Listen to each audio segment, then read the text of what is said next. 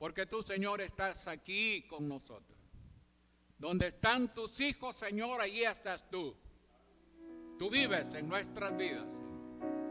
Por eso te agradecemos en esta mañana, porque estamos ya en el segundo domingo del mes de enero y del año 2023. Gracias porque ya vivimos una semana. Gracias porque nos has guardado y nos has provisto todo. Y estamos aquí celebrando este culto a ti, Señor, por gratitud, porque tú has sido bueno. Tu misericordia se ha manifestado a cada instante en nuestras vidas. Y por eso tenemos gratitud. Oramos, Señor, por los que no han podido venir, por los que están, Señor, retirados o no dispusieron el estar con nosotros.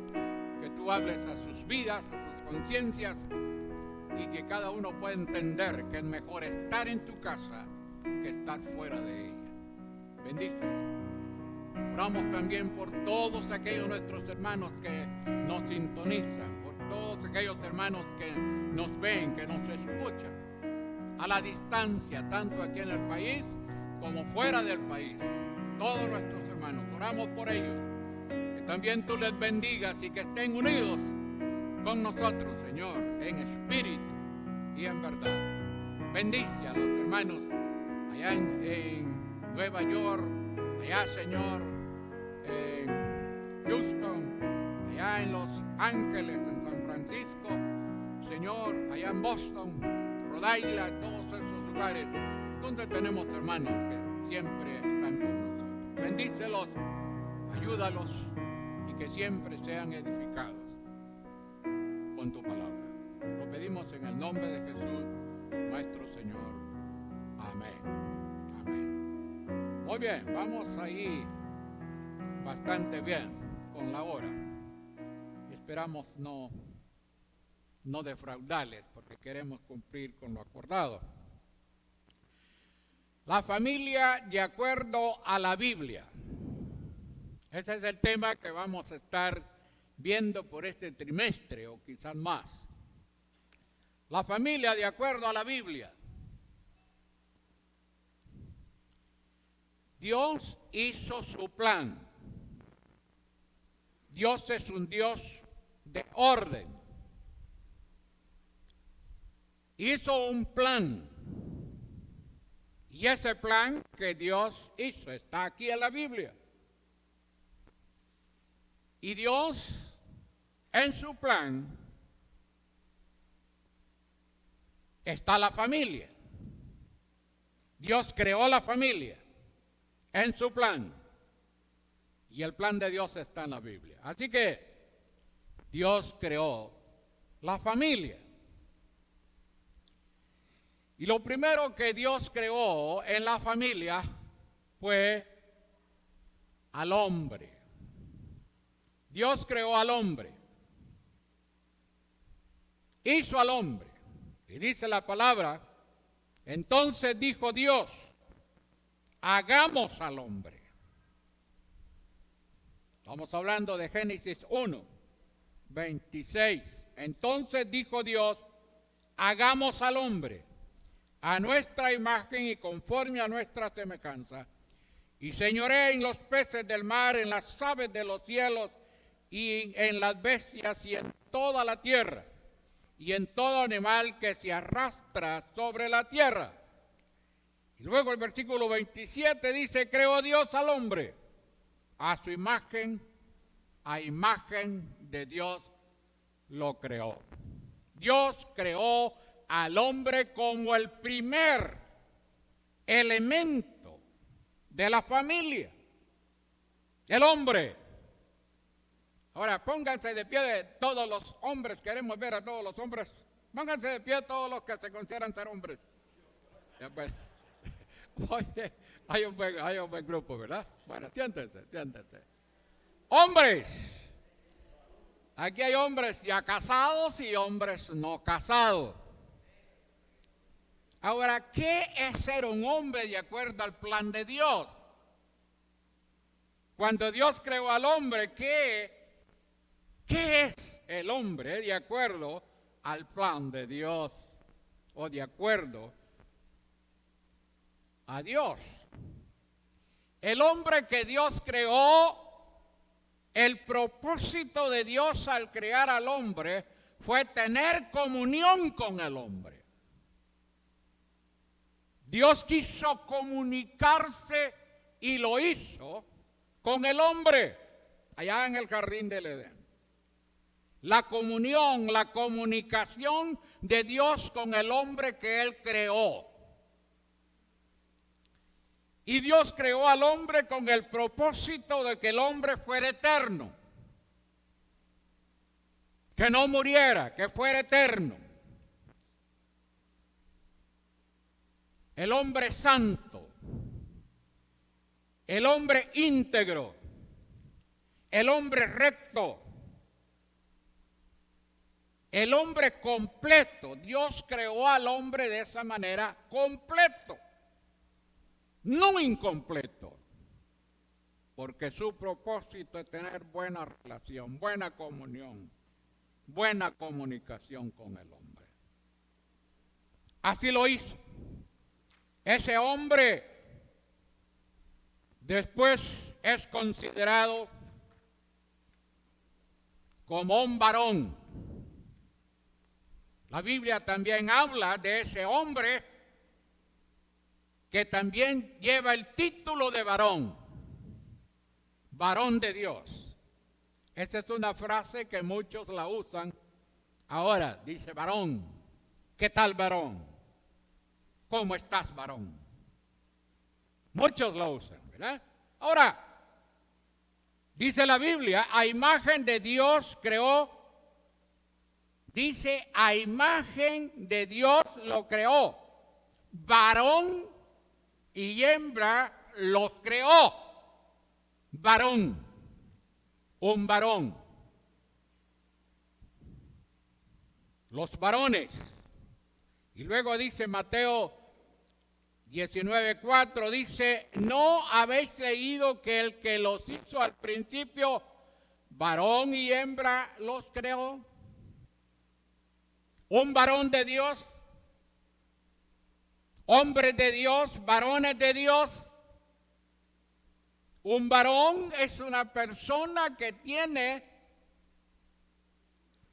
acceso a Dios, vive para Dios, honra a Dios, alaba a Dios, glorifica a Dios, hace la voluntad de Dios. Ese es un varón de Dios, de acuerdo a la Biblia. Ese es verdaderamente un varón de Dios, porque tiene una buena relación con Dios. 1 Corintios 11:3 dice, pero quiero que sepáis que Cristo es la cabeza de todo varón. Cristo es la cabeza de todo varón. El varón de Dios se deja guiar por Cristo. El varón de Dios se deja instruir por Cristo. El varón de Dios apela a la palabra, porque aquí el Señor Jesucristo instruye a los varones. Eso es llamado varón. Hombre, varón, pero más de ello también en la Biblia se habla del marido. Marido. Colosenses 3:19 dice, maridos, amad a vuestras mujeres y no seáis ásperos con ellas. Maridos, un marido ya es un hombre, es un varón y ahora es un marido, alguien que tiene una esposa, un hombre que verdaderamente contempla a una mujer que Dios le dio. ¿Cuántas mujeres le dio Dios al hombre? Una. no 2, no 3, una sola mujer. Y este hombre que Dios le da, que es marido de una sola mujer, ese hombre es un marido que verdaderamente hace lo que Dios manda. Es marido de una sola mujer. Por eso es que en la Biblia es difícil, sumamente difícil aceptar el divorcio. Porque Dios al principio le creó una sola mujer. Y cuando es marido de una sola mujer, no puede ser marido de 2 mujeres. De acuerdo a la Biblia, porque estamos hablando de la familia de acuerdo a la Biblia. Sé que estos son temas a veces controversiales, porque a veces los predicadores y maestros queremos adornar la palabra. Queremos buscarle otros sentidos a la palabra. Pero cuando nosotros vemos la Biblia es bastante, yo diría, difícil pensar que esos temas se pueden cambiar. Marido. Dice también ahí en Efesios 22, las casadas estén sujetas a sus propios maridos. Sus propios maridos, porque está hablando de diferentes hombres, maridos de mujeres casadas. Así también las casadas estén a sus maridos. Así también las casadas lo estén a sus maridos en todo, sujetos. Así que como la iglesia está sujeta a Cristo, así también las casadas lo estén a sus maridos en todo. Esta es la enseñanza paulina, esto es lo que Pablo enseña a la iglesia. Las casadas estén sujetas a sus propios maridos en todo. Ahora los esposos, los hombres que están aquí, ¿dónde están sus esposas?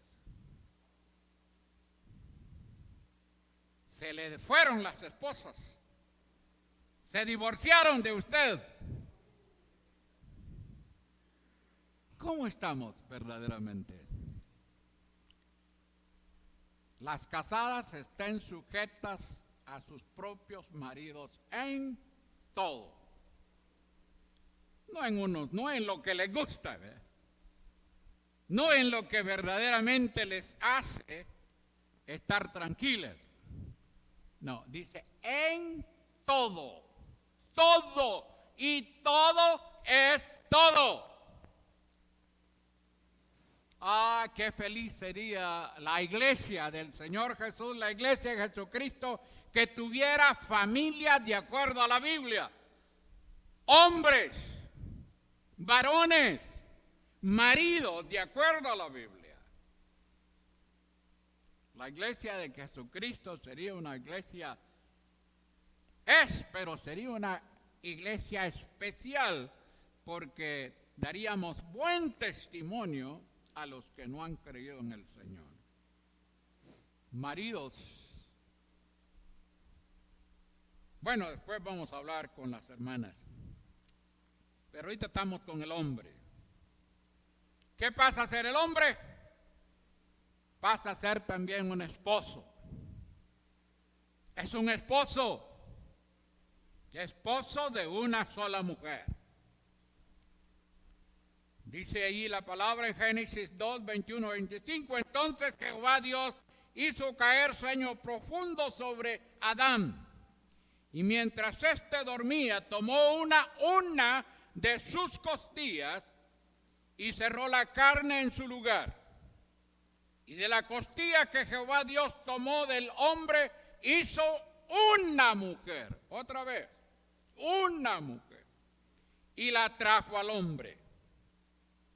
Dijo entonces Adán, esto es ahora, hueso de mis huesos y carne de mi carne. Esta será llamada varona porque del varón fue tomada. Por tanto dejará el hombre a su padre y a su madre y se unirá a su mujer y serán una sola carne. Y estaban ambos desnudos, Adán y su mujer, y no se avergonzaban.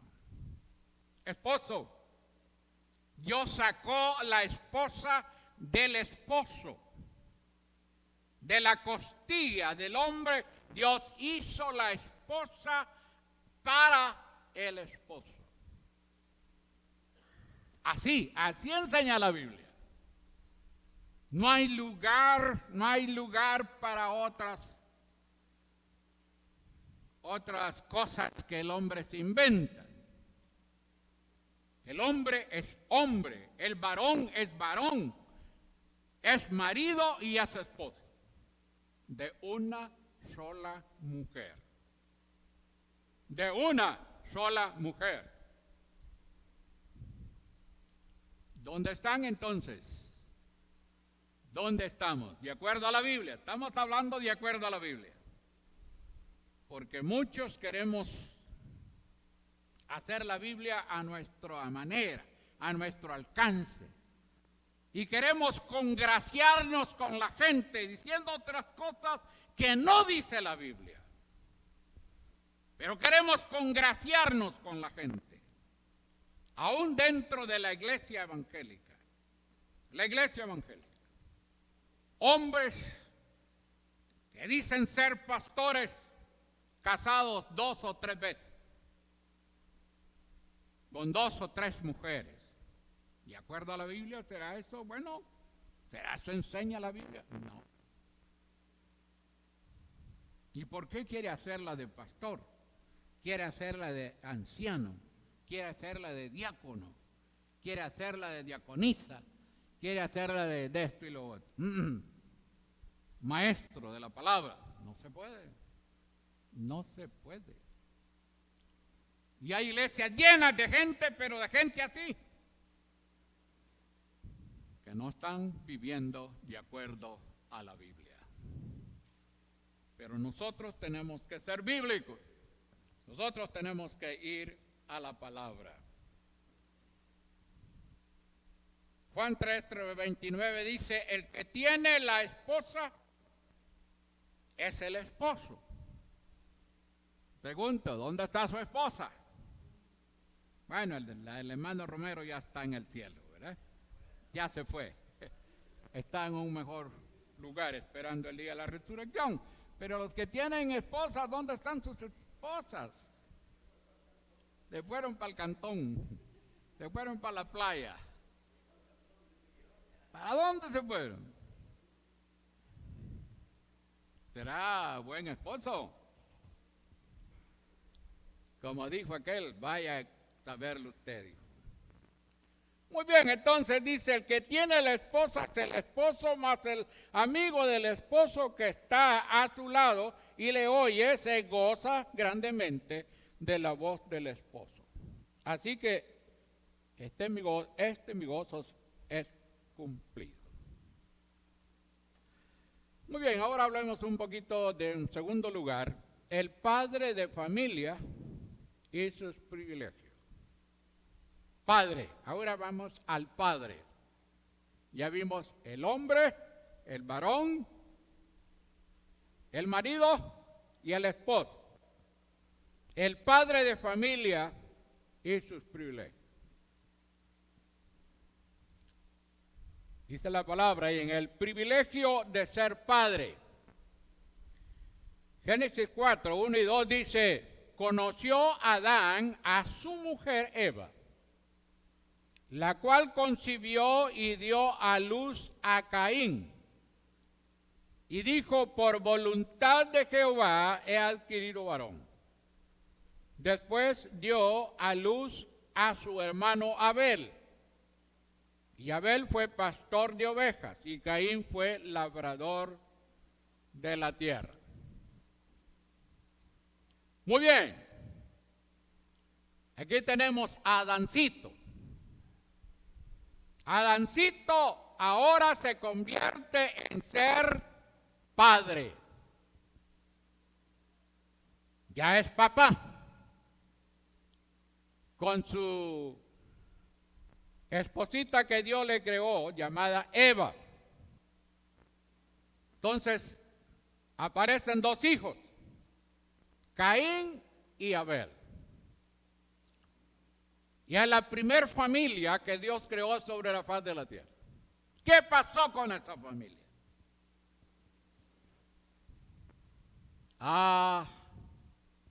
Pobre Adán como padre. Su hijo mayor da muerte a su hijo menor. Y Caín se convierte en el primer homicida del planeta. ¿No cree usted que a Adán le dolió en su corazón que su hijo primogénito diera muerte a su segundo hijo, lo matara y se convierte Caín en homicida? Terrible. Entró el pecado. El pecado es el que trae la destrucción de la familia. Entra entonces el pecado en Génesis 3. Y luego el pecado da fruto en la primer familia que Dios creó. Y Caín mata a su hermano Abel. Mire qué problema tan serio. Pobre Adán. Pero ya había pecado. Y es el pecado, es el que destruye, es el que mata. Destruye a la familia, arruina a la familia. Al padre, a la madre, a los hijos, es el pecado. Y aquí tenemos este ejemplo. Versículos 25 y 26, Dios en su misericordia, ya el problema en la primera familia se había dado, había homicidio, porque Caín mata a su hermano Abel. Por eso decimos que hay la familia, el centro de la familia tiene que ser Dios. Y el padre es el responsable número uno delante de Dios de la familia, de sus hijos. ¿Cómo viven sus hijos? ¿Cómo andan sus hijos? ¿Qué hacen sus hijos? ¿Para dónde van sus hijos? ¿Qué están haciendo esos hijos? Es el padre. En primera línea es el papá, el padre, el responsable. Y Adán, pues sufre. Dice el versículo 25-26, conoció de nuevo Adán a su mujer, la cual dio a luz un hijo, y llamó su nombre Set. Dice, conoció de nuevo Adán a su mujer, la cual dio a luz un hijo, y llamó su nombre Set. Porque Dios dijo, ella me ha sustituido otro hijo en el lugar de Abel, a quien mató Caín.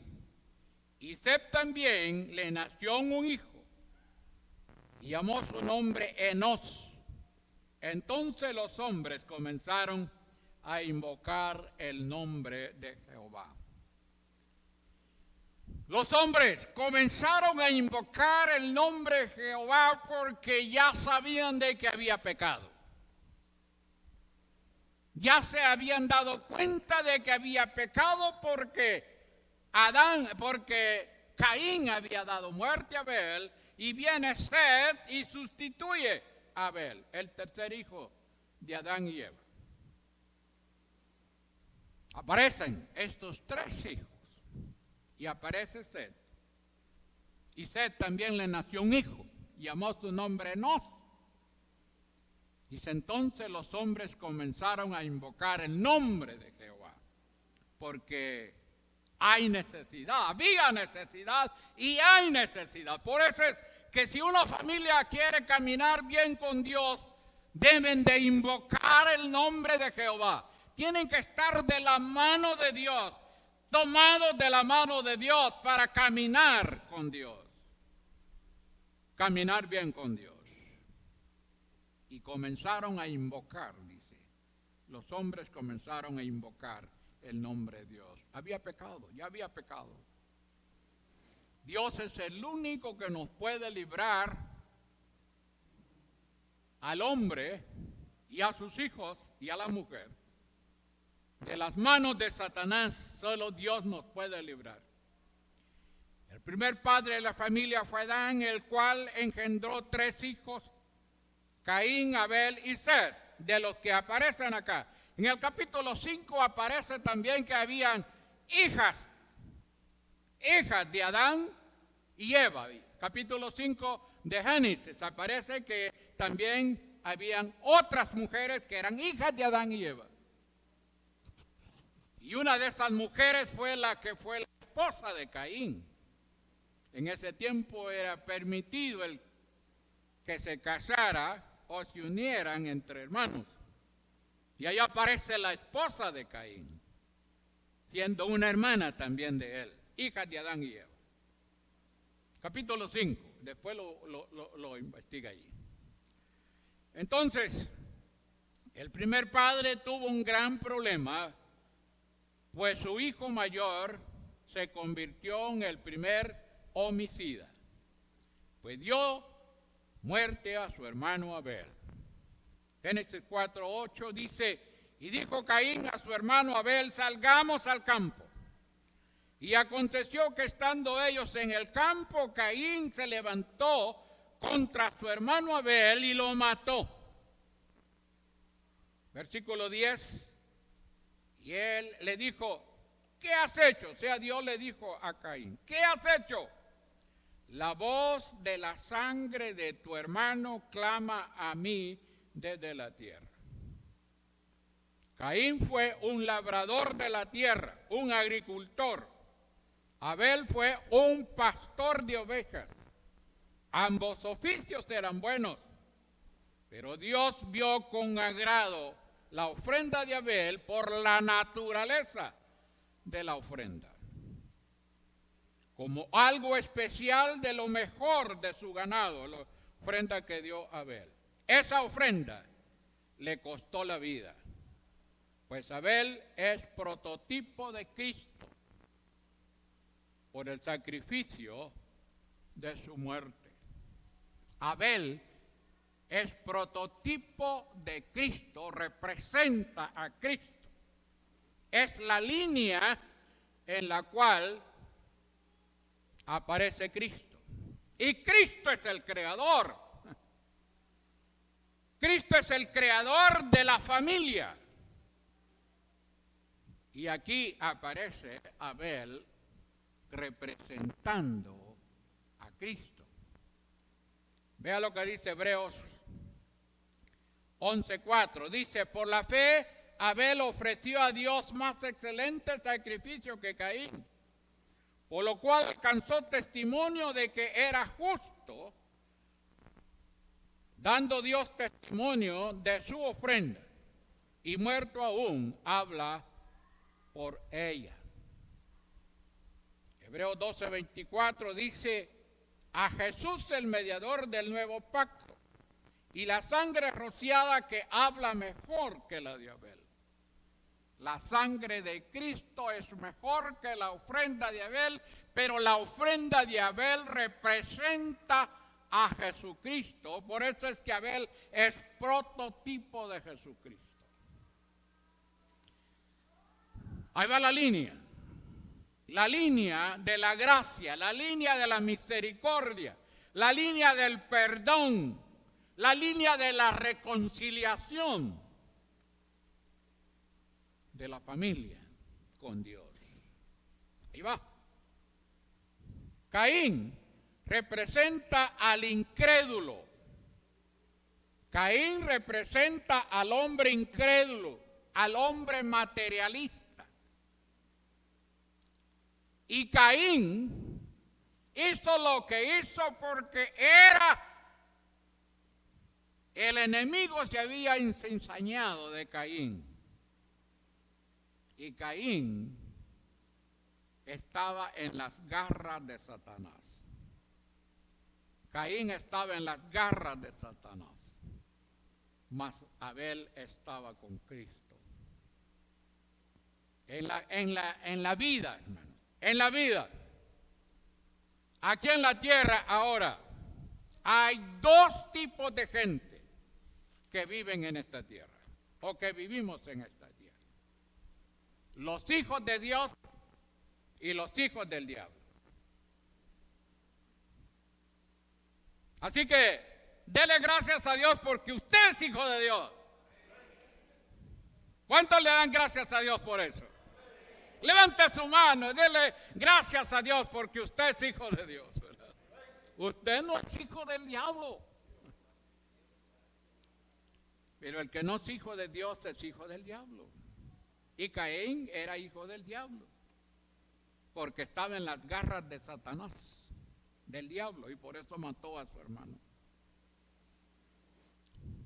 Pero nosotros estamos en las manos de nuestro Dios. ¡Qué privilegio!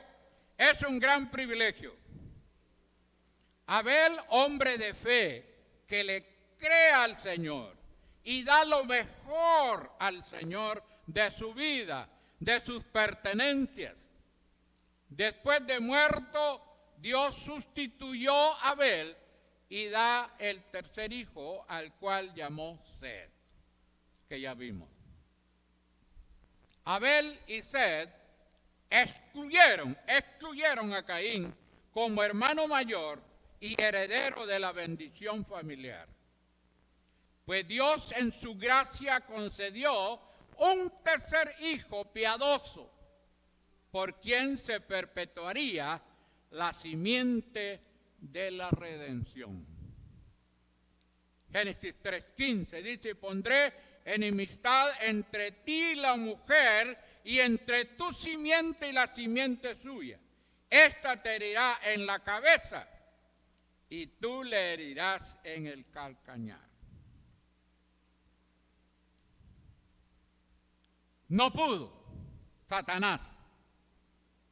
Satanás quiso destruir a Cristo, mordiéndole el calcañar.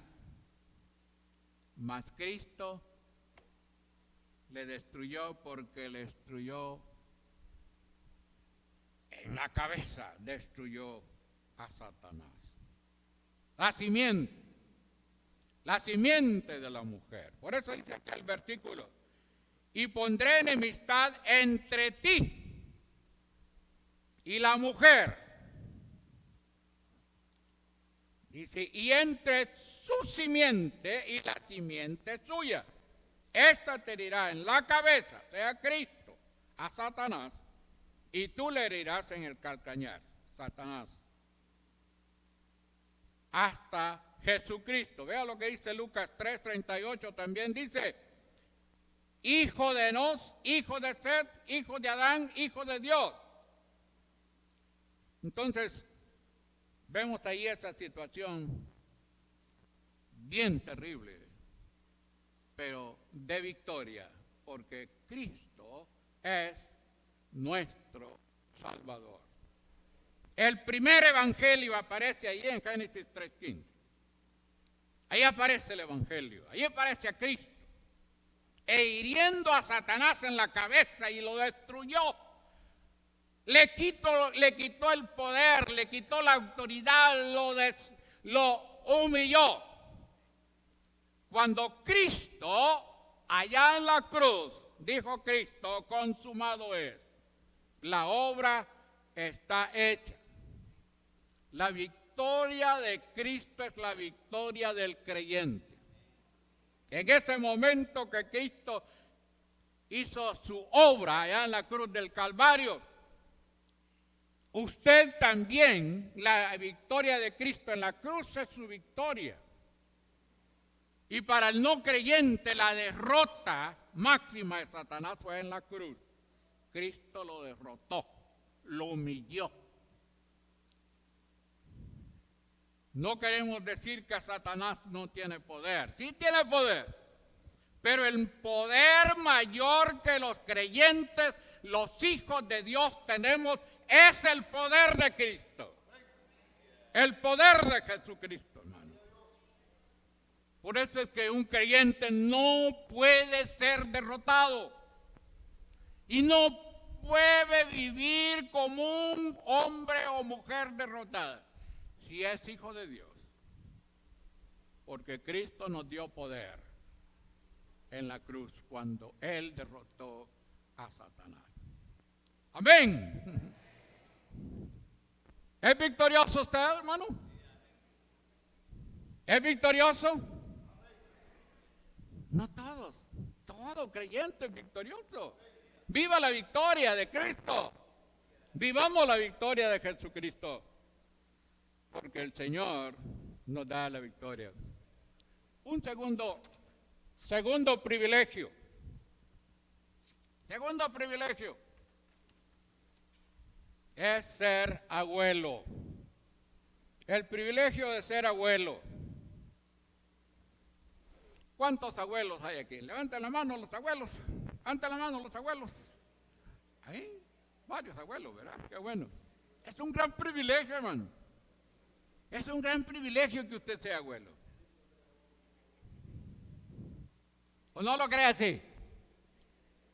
Es un gran privilegio. Génesis 10. Génesis 10:1 dice: estas son las generaciones de los hijos de Noé, Sem, Cam y Jafet, a quienes nacieron hijos después del diluvio. A Sem, a Cam y a Jafet les nacieron hijos después del diluvio. Después del diluvio, Noé engendró 3 hijos, Sem, Cam y Jafet. Estos tuvieron hijos que son los nietos de Noé, los que poblaron el mundo de entonces. Por ahora son las naciones de Turquía, Irak, Israel, Jordania, Egipto, Arabia Saudita. Para Noé fue un gran privilegio ser abuelo, pero también una gran responsabilidad. No es ser solo un gran privilegio. Los abuelos tienen un gran privilegio, pero también una gran responsabilidad. Dice Proverbios 17:6. Ya me pasé, hermano. ¿Cómo estoy, hermano? Ya me pasé. Bueno, solamente veamos 2 versículos. Proverbios 17:6 dice: corona de los viejos son los nietos, y la honra de los hijos sus padres. Mire qué bonito esto. Corona de los viejos son los nietos, y la honra de los hijos sus padres. Génesis 21:23. Ahora pues, júrame aquí por Dios que no faltará a mí, ni a mi hijo, ni a mi nieto, sino que conforme a la bondad que yo hice contigo, harás tú conmigo y con la tierra en donde has morado. Con los hijos y con los nietos. La bendición va ahí. Padre, hijos y nietos. Nietos. Corona de los viejos son los nietos. Pero hay una responsabilidad grande. Éxodo 10:2 dice: y para que cuentes a sus hijos y a tus nietos las cosas que yo hice en Egipto, y mis señales que hice entre ellos, para que sepáis que yo soy Jehová. Dice Jehová, dice el Señor, Dice el Señor allí a Moisés, y para que cuentes a tus hijos y a tus nietos las cosas que yo hice en Egipto y mis señales que hice entre ellos, para que sepáis que yo soy Jehová. La gran responsabilidad de los padres con los nietos es hacerles entender, enseñarles quién es Dios y cómo deben de vivir para Dios. No es solamente privilegio tener nietos, hay que enseñarles la palabra. Hay que llevar a los nietos con la palabra, educarlos con la palabra para que conozcan a Dios, para que amen a Dios, para que vivan para Dios. Enseñarles cómo Dios lo ha tratado a usted, cómo Dios ha obrado en su vida. Que también los nietos lo entiendan y lo sepan para que conozcan a Dios. Ahora, padres, abuelos que están aquí, ¿dónde están sus nietos? ¿Dónde andan sus nietos? ¿Qué andan haciendo sus nietos? ¿Para dónde van sus nietos? ¿Les está enseñando la palabra? ¿Los trae con usted? ¿Están aquí aprendiendo de Dios, aprendiendo de Cristo? ¿Les está enseñando cómo vivir para Dios? ¿Cómo amar a Dios? ¿Cómo obedecer a Dios? ¿Cómo respetar a Dios? ¿Dónde están sus nietos? Esta es la responsabilidad. No es solamente, qué bonito mi nieto, mi nietecita, qué bonito. Y los anda chineando y los anda ahí, ay, mi nietecito. Y su responsabilidad de enseñarles la palabra. La familia de acuerdo a la Biblia. La familia de acuerdo a la Biblia. Comenzando como padre, ¿dónde están sus hijos hoy? ¿Dónde están sus nietos? ¿Qué hacen? ¿Para dónde van? ¿Qué está haciendo usted para que conozcan a Dios y amen a Dios y vivan para Dios? Seguiremos hablando de este gran tema. Padre, gracias por esta oportunidad de ver lo que tu palabra enseña. Danos, Señor, tu gracia, tu poder para cumplir con nuestras responsabilidades y nuestros deberes. Pedimos tu ayuda, tu bendición para cada padre, cada abuelo y para la familia en general. Ayúdanos para que este año estemos cerca y más cerca de ti como familia. En el nombre del Señor